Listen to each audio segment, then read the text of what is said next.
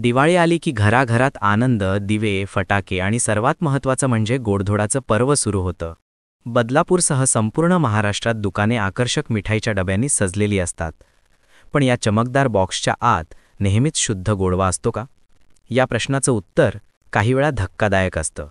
अन्न सुरक्षा विभागाच्या अलीकडच्या तपासणीत अनेक ठिकाणी बनावट खवा, कृत्रिम रंग आणि कालबाह्य ड्रायफ्रूट्स वापरल्याचं आढळलं आहे.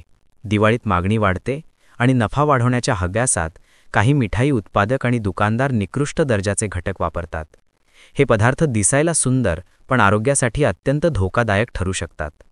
गोड पदार्थांमध्ये वापरला जाणारा सिंथेटिक रंग, केमिकलयुक्त सुगंध आणि बनावट दूध घटक हे लिव्हर, किडनी आणि पोटाच्या गंभीर आजारांना आमंत्रण देतात. काही मिठाईत वापरलेले सिल्व्हर वर्क म्हणजे चांदीचा वरखा हे देखील शुद्ध नसतात.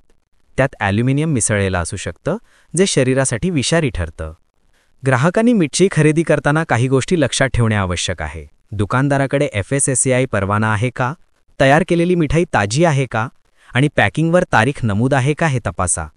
बनावट चमकदार मिठाईपेक्षा घरी तयार केलेले लाडू, चिवडा किंवा शंकरपाळे नेहमीच सुरक्षित आणि पौष्टिक असतात.